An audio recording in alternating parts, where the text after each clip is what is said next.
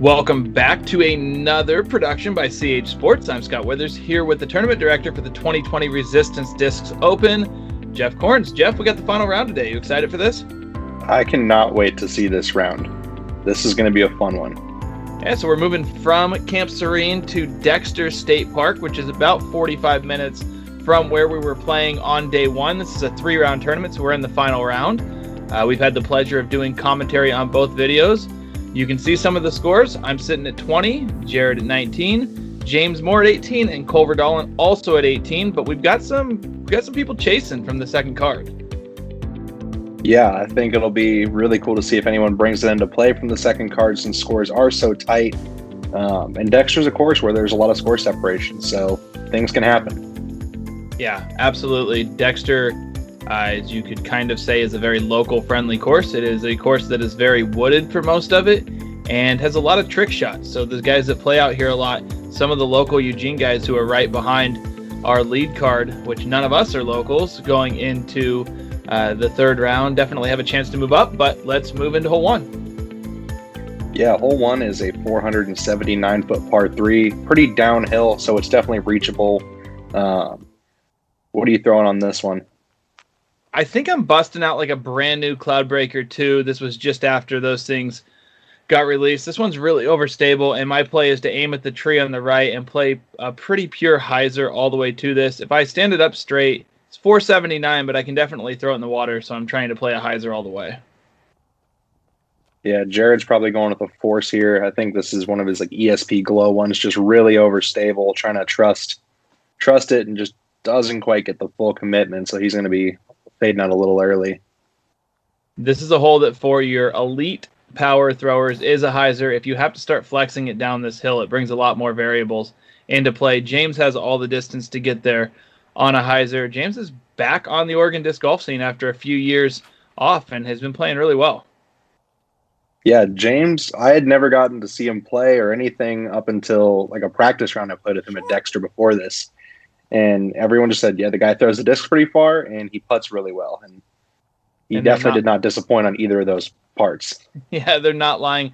Redalen, I think, was 16 years old at the time of this. Yeah. So he's the young gun in the Portland area and has been killing it for these last couple months. Has been a bunch of lead cards. Throws that one in the ground a little bit, but is just going to be trying to pitch up and take his par to start. I imagine he doesn't have a ton of career rounds at Dexter either. No, he played Dexter and Serene like both the week of for the first time. If you're not familiar with Jarod, this is the strength of his game. Now, that one was pretty windy from about 60 or 70 feet, but putting is his biggest strength, and he's the best putter in the state, and it's really what keeps him on these lead cards all the time. Yeah, I don't think you can really see it very much right now, but there is probably a decent headwind on this hole. Wind comes off the water pretty frequently, so these guys are trying not to, get the nose up and sail a putt. Yeah, a little high, but if you hit these prodigy baskets in the middle and high, you can see I was talking about the putt kind of raising or at least not dropping. So there is some wind, and it's going to be a little bit of a common theme for this round. We are in October here, if I'm correct, right? Yep, end of October.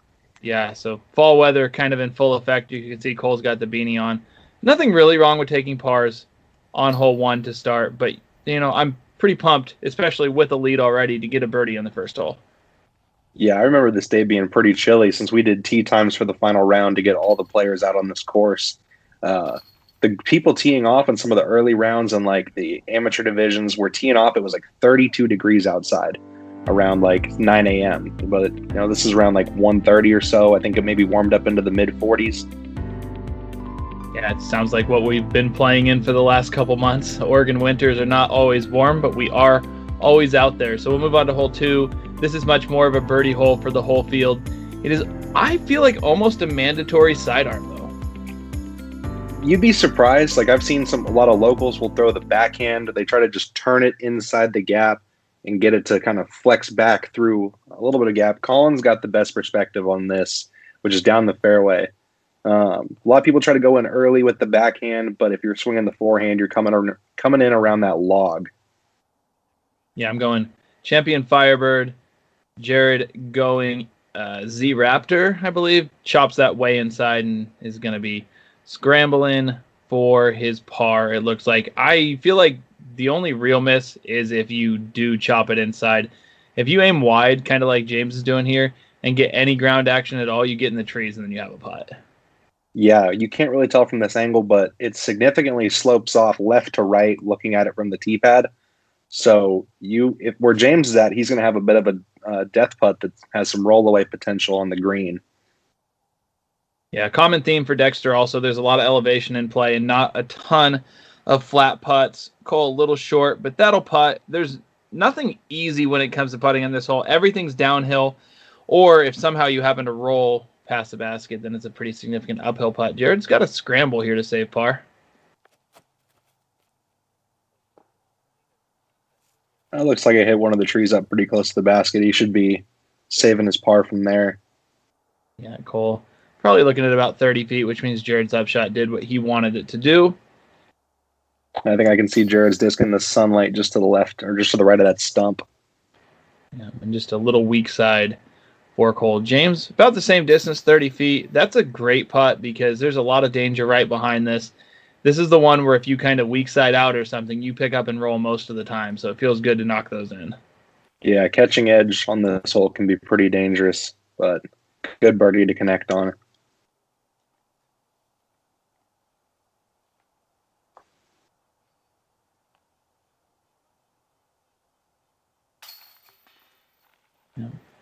I am pumped to start 2 for 2. Jarod going to clean up his par. Anytime you're going into the final round of a tournament with a lead and you have the ability to put some pressure on and really go 2 for 2 to start and then gain at least one stroke on everyone, 2 on a couple of the guys, it just sets the tone a little bit for what you're wanting to do for the whole round. And you would love to, got a 3-stroke lead early, you'd love to run away a little bit, but at Dexter, that's not going to happen. Yeah, there's definitely bad potential that can happen. There's woods throughout most of the course. I've put a lot of the final holes in difficult positions, so we want score separation out here. Yeah, as it should be. Hole 3, 236, and it's a common theme. You will see some shorter holes out here at Dexter, but then you get to some long, tough holes as well. This hole is straight kind of behind where I'm standing at. This was not a gap until maybe this year. I don't know. I think it was about 2 years ago. There was an ice storm that came through Eugene and knocked a lot of trees down. And this gap is new. And if you just hit that gap on a hyzer with a putter, you're going to filter right to where the green is. And I think it's a more reliable shot than going up the gut, potentially hitting something high. Jarod, much more traditional play, not friendly for the camera, but that's the kind of throw it at the big tree and just hope you pop left of it. You can kind of see the basket down there. Cole doing the same thing. It's a really touchy shot, and this is one of those holes that I think if you are local and you play here all the time and you know exactly what disc you need to land short of that tree, it's probably a little bit of an advantage. I tend to struggle with this hole a little bit, and I think a lot of the out-of-town guys do. Jarod gets that 50 or 60 footer after hitting just short of the big tree, and then James kind of buried himself a little here when he went hyzer with me. Yeah, this hole is actually the second easiest hole on the course. So picking up a par here, you're potentially losing some strokes to the field. Yeah, my hyzer came in about 35 to 40 short, and a common theme for this weekend is my step putting had been really good and had kind of kept me in it yesterday, or from the first day, and thankfully, get the round started with another good one. Yeah, let's see that again.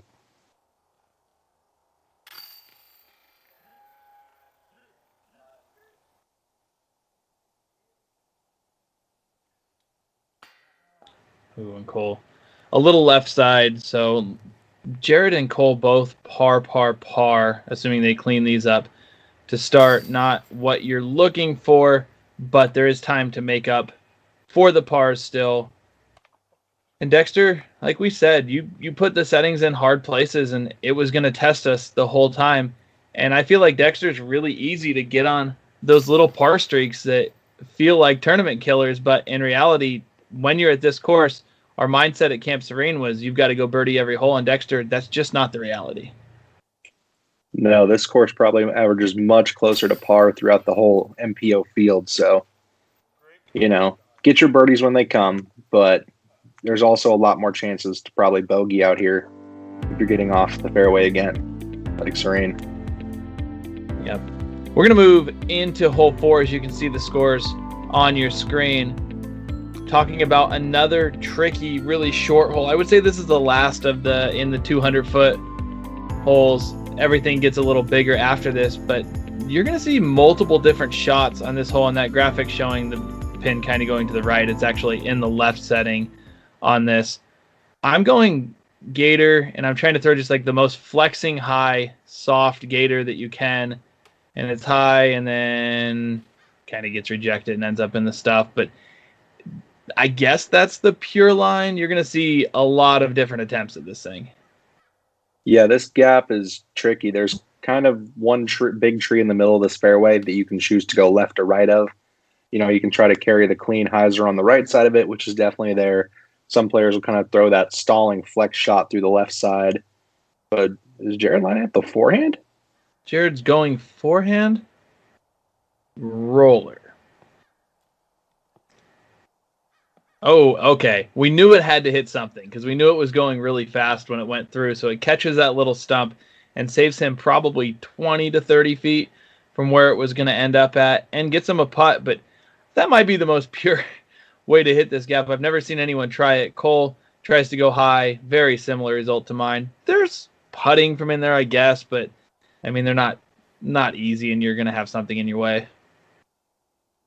Yeah, this is about the best you're going to get from this side, and James gives it a pretty good bid. Yeah, chain high from 45 or 50. Good look. Cole is trying to go through the same gap, but it looks like he's pinched off a lot more.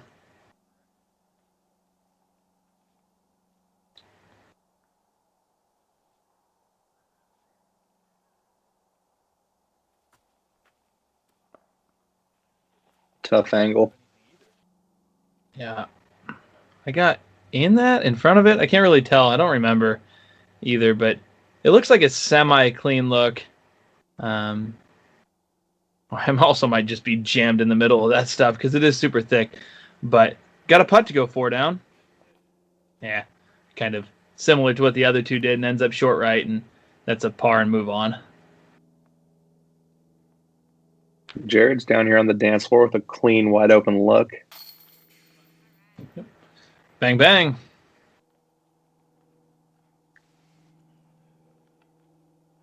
You get the replay action for Jarod's. He really generates a lot of speed on those jump putts. I wouldn't even say it's a ton of spin. It's just a lot of speed. Yeah, I've definitely watched him, toss those from almost 100 feet, and he's, getting to the basket chain high with plenty of power.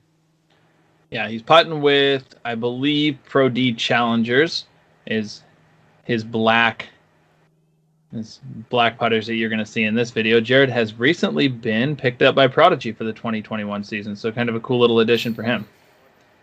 Yeah, he's going to relearn a bag. He was throwing a lot of Discraft at this tournament, but he's making the switch, and I think he's looking forward to it. Yeah, good opportunity for him, and this is the time of year where players all go through the sponsorship stuff, so congratulations to Jarod for picking that up. I'm going to try to use my P2 here and throw it in for par, and we'll do that. I feel like these Prodigy baskets, I've got to hit the pole on because I don't putt hard enough for them, and if I hit right or left, these things slide out all day. Yeah, I've definitely had some push out left or right on the T1s. These are like the older T1 baskets, and I want to say that these are assembled wrong. Like, I've definitely had some people say that, like, things aren't supposed to look the way that they look, but they catch, they just favor a firm putt. Yeah, I feel that way. I think that when these were put in, these might have been like the first Prodigy baskets that were ever purchased, were very early in put in Prodigy very early. Yeah, and I don't know if it's the basket itself or it was how it was put together, but there definitely seems to be some funky things about these, but they catch really well if you throw them in the middle. So you can see the scores through 4 holes, but we are going to kick it off to our sponsor. This video is brought to you by Resistance Discs. Head over to resistancediscs.com and use code CHSports at checkout to get free shipping on any order over $25. Thank you to resistancediscs.com, and let's get back to the video. If you guys have not went over to resistancediscs.com, I know as this video is dropping, Jeff just got a ton of Glow Z zones in, so it's a custom release for Resistance. So if you're into the zone, go swoop some of those up. We move into hole 5, 296, a forehand that's got to go as far right as you can throw it. Yeah, this one is tough. You have to really carry right a lot. Some people will throw the backhand, but you have to get it turning quick. The forehand plays well as well because it has that finishing skip towards the basket. Yeah, Jared and I both hit the initial gap. His had a little more speed. I think I might have got right at the corner. That was an Invictus, trying to get something to go a little faster than a Firebird around. James going probably his champion ape. Yeah, that blue disc, I think he forehands is his champion ape. He loves tossing that thing forehand. He's really talking about getting a custom run of those things, and he wants the mullet in full effect on the disc. I don't remember what he was calling it this morning when we played together, but he's definitely looking forward to eventually a fundraising run or something of mullet stamped champion apes. Yeah, we were talking about a gorilla or something with a mullet on it today, and he was ready for it. He's excited. He wants to make it happen. Hopefully we can do that here soon. Good putt from about 70 there. Splashes off the left side. I am in a bush, getting poked by probably poison oak, knowing Dexter. But thankfully I'm not allergic to that and have a bunch of layers on. So about 50 feet here. Not super likely to make it, but right side and just out to the ground. Yeah, those are the ones you hope maybe you're going to drop in, but with this much chain, sometimes they push out. You know, it could go either way on that one. Good putt by Cole. Birdie. Sweet pickup there. Yeah, absolutely. Okay, I would just rather give you a warning. Yeah, thank you. Jared tapping in 2 birdies and what looks like, after James cleans up, 2 pars on hole 5, which is a little bit of a bonus birdie with how many trees there are, but we quickly get into hard holes at Dexter. Yeah, this hole only averaged 1/10 of a stroke under par, so, you know, people are birdieing it, people are bogeying it, a lot of pars.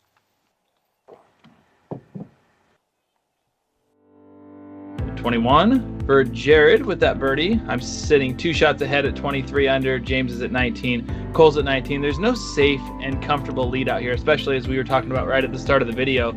I wish we could have kind of the live scoring ticker up on this video to see what everyone else was doing, because there were some people that were making moves in front of us early in this round, and there's going to be times where it looks like one of us in our card has a lead, but that lead goes away and there's some other players from other cards that have pushed all the way up into the top 3 or top 5 or even like towards the leads at some point. Yeah, this hole is definitely a score separator. You're probably not going to see a lot of birdies on it. It's a super difficult par 3. 470 feet. This is the hardest hole in the course. What's your play on this one? I think pretty similar to most players. I'm going to try to throw a roller on this hole. This forehand's a lot safer. I mean, I guess it is if you aim for the left gap. Cole looked like he might have went a little straighter. I had a hard time seeing that one. But I'm going TL3 here, champion TL3. And I want to just somehow get it through the big gap and hit the ground. I didn't get on the ground, and it hit the big trees, and that's a huge mistake and almost an automatic bogey. If you do get the roller around, you can get up there putting. James is going to show us the safe play a little more here. Yeah, if you can hit that big initial gap with the forehand, you know, it's the safe play for par. You're hoping to just get down on the grass down there and have an approach. I mean, I don't think anyone's going to be birdieing it unless they're throwing the roller. Yeah, I agree. There's no air shots getting there. That's an automatic bogey from where I'm at hitting those first trees. I'm like on a knee trying to throw a 350-foot sidearm still, or maybe just less than that. But lots of guardian trees late. It's really tough green to access if you're out of position. Yeah, James pretty good, but he's still going to be left with a circle's edge putt. Anywhere back here, it's not easy to throw it right next to the pin. This is, I would say, the closest thing to a par 4 that Dexter's got on it. Yeah, and I know the Rangers have definitely talked about pushing the tee pad back and making this a true par 4 since this is a par 54 course. It's something they're looking to do in the future, I think. Yeah, Dexter's a really cool park. They put a ton of work into it. The Eugene locals that are down here and the state parks department, through some thinning of trees and everything, have really made this course better and better as the years go on. Absolutely. I've definitely heard stories of back in the day with like Avery and Dave when they lived in Eugene, and this course used to be super thick. Like the gaps that you're seeing here that may look tight now, I heard they were, worse than, almost unplayable at times. And I might get corrected, but I believe one of the things was maybe 5 years ago, the state parks department came in and did some thinning just because it's their land and didn't have necessarily the disc golf holes in mind and took out a ton of trees on the course. And there was some grumbling early, but I really think it made this course better and made it more playable. It made the ability to scramble a little easier on some holes, made some lines a little cleaned up. It's still not easy, as you see Cole. Good putt there. Yeah, good comeback putt from him. James got a little meat on the bone. You have stats in front of you. What did this hole average? This one averaged 0.6 above par. Okay. So significantly 3.6. the hardest hole. Yeah. Yeah, not surprising. This is so in between being a par 3 and a par 4. Yeah. I know the people of, there's plenty of stories of twos on this hole. I remember Dustin Keegan said one year in the celebration he got this hole 2 rounds, and he felt like, he'd never played a hole better in history in a tournament, getting 2 twos on this hole. Yeah, totally understandable. You can see our lead card goes 1 par and 3 bogeys on it, and just like that, my lead's down to 1. Yeah, we're tightening it up. Going over to hole 7, though, I'm excited for this. This hole has a brand new tee pad. The old hole is, has a really weird low ceiling, but throughout some cleaning of blackberries, and it's now part of the park's normal mowing schedule, they now have this new tee pad and this new gap, and I think this makes this hole a major improvement. Oh, I totally agree. The other tee pad, maybe like the first years that I was playing Dexter, you threw giant sky hyzers and stuff. The trees grew up way too high, and it totally took away the angle. It changes it from a backhand skip shot into what I believe is a big, long, straight forehand. As you saw Jarod try, Cole, same thing. He looks like he put a little better move on this one. I like this hole. I like the change. It's not easy, and it's maybe like at the very edge of my sidearm range, but I think it's a really cool change for this course. Yeah, I'm excited to see how this hole progresses. We actually are playing it in the short position, and it's 345 feet. The deep position probably goes back another 90 feet or so. But definitely, like, this one's much more birdieable and not kind of weird. 345, and like you were saying, the other's going to be real hard from this tee pad. We haven't played it yet. James chops the sidearm a little inside, but should have a look kind of going down the hill. And that's one of the cool things about this tee pad is if you hit the line and don't have the power, you're still going to have the ability to get a scramble. But if you don't hit the line and you throw it too high like Jarod did, you saw his first too high, his second also too high but sneaks through, and he's got a putt. He's going to be edge of the circle. Yeah, James' drive looks like it bailed out a little early right. Got a long look. That putt's got a little Pier Park vibe to it. This area of the course kind of looks like Pier. Yeah, I know exactly what you mean. The big, full-grown trees.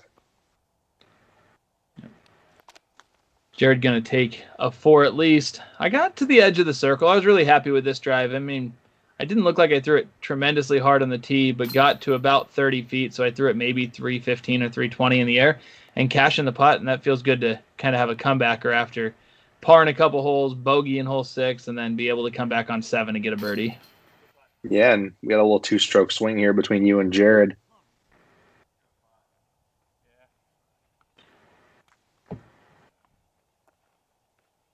Yeah, we're going to see another cleanup or two. Cole gets ready to clean up. Is this his birdie look? Is this where his drive ended up? Did I miss one? I don't think I saw him putt yet. I don't either. Birdie? Yeah, birdie. Good Slams drive. it in with authority. Yeah, you could see his forehand had a little more pop on it than mine did. And it was kind of hard to see. He was throwing a color of disc that got mixed in those shadows and couldn't follow it super easy on camera. But great 2, and get him under par for the round.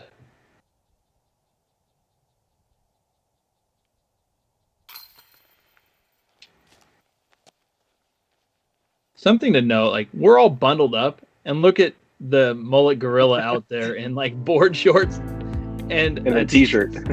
Yeah, he's out there just rocking it. I mean, look at him in this picture. He's got his hoodie on, he's got his shades, looking fly, and then he just whips out these shorts right before the round. Yeah, I think they had to be swim trunks or some form of board shorts. We're gonna ask him. We're gonna get him on for an interview. Yeah. Moving into hole 8. Is this one really 380? I feel like it's a little shorter than that. It is 380. I went out here and lasered a lot of these positions just to double check them and stuff, and it's a good pump, but it's reachable with like a mid-range. Like I've seen, top level players rip a mid-range pretty hard and get it down there.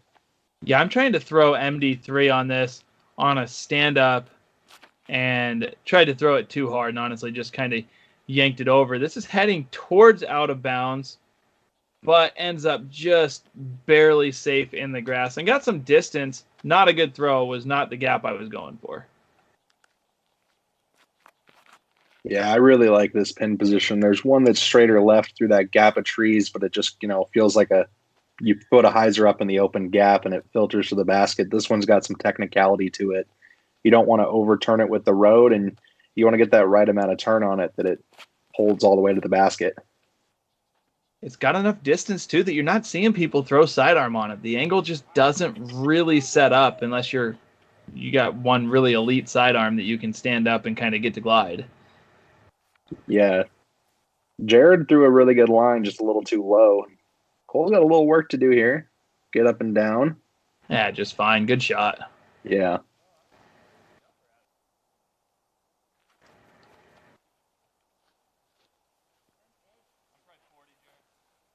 Normal.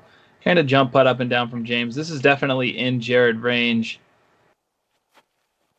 Is it up? Oh, chain high and just outside. Good effort. And then you see how close I ended up to the road. It was safe by 6 or 7 feet. You liked it, but it just dropped in front of it. Yeah. You can miss putts different ways, right? You can miss them low or short, and that was just short. Yeah. You got to get it to the basket. And I do hyzer putt, and, sometimes I got to get that distance. You got to hang it outside the basket a little more on the right. Someday I'll figure out that spin thing that the top putters have from that distance, but for me, it's more of an aiming a little more outside and kind of letting the disc hyzer back in instead of just powering it all the way through. Everyone here just cleaning up their pars. Yep, and I think this was the first time that I looked at the scorecard, and there was, like we talked about, there were some people that were making moves, and we got to this point, and I was maybe up by 1 on Andrew Rich, who was really, really making a charge and was 3 or 4 holes in front of us. Yeah, Andrew Rich, I don't remember. I think he was he on the chase card or was he on the third card? I think he was on third card. So he was on third card. After 9 holes, he was 6 through 9, which with a bogey. Wow. Which is such a hot start.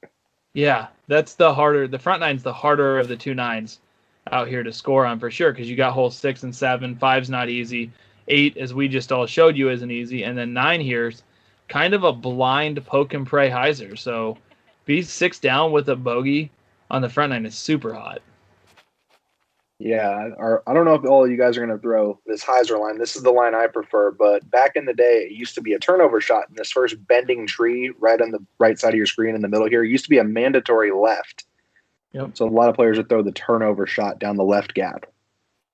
Yeah, and then they got rid of the Mando. This right side opened up. You can see James got his a lot straighter than we did, thankfully, and it gets all the way through towards the basket. So good effort there. Jarod going flex forehand, which is not a play that I've ever seen on this. I have never seen it either. He gives the sarcastic thumbs up, and maybe we won't see it again. That's a great upshot from Jarod. Really out of position, getting up and down with the zone. Yep. And down here at the bottom of the hill is about 40 feet, 45 feet, but it is way uphill. You cannot have 35 wobbles on the way to the basket if you're putting that far up. And you see Cole's head is probably under the bottom of the pole right now. So that's a great cleanup for birdie. Yeah, good thing these logs are here. I mean, every time I putt on this basket and I miss a putt, I seem to ignore the logs and roll all the way back down the hill to 50 plus. But for most people, they catch their putter if they're rolling and keep them somewhere close. Yep. James, good birdie. So two putts get through, 2 birdies. Jared and I are going to settle for pars. And now Jared finds the flat putt, and at 15 feet, like I'm way above the basket level. So it's just part of Dexter. The elevation in putting and the woods in putting play a big part. Absolutely. A lot of elevation change all over the course, and you'll definitely see that again in the back 9 of this round. You guys have a little good mix going on, but as you said, there's action happening from the chase and the third card. Yeah, we move into hole 9, which is never mind, we're done with hole 9, so we're going to get into hole 10 here shortly. It'll be why it's called Stairway to 11 on the course, but you can see 23, 20, 19, and 20, and there's a lot of golf left to be played, so we're going to catch you guys in part 2.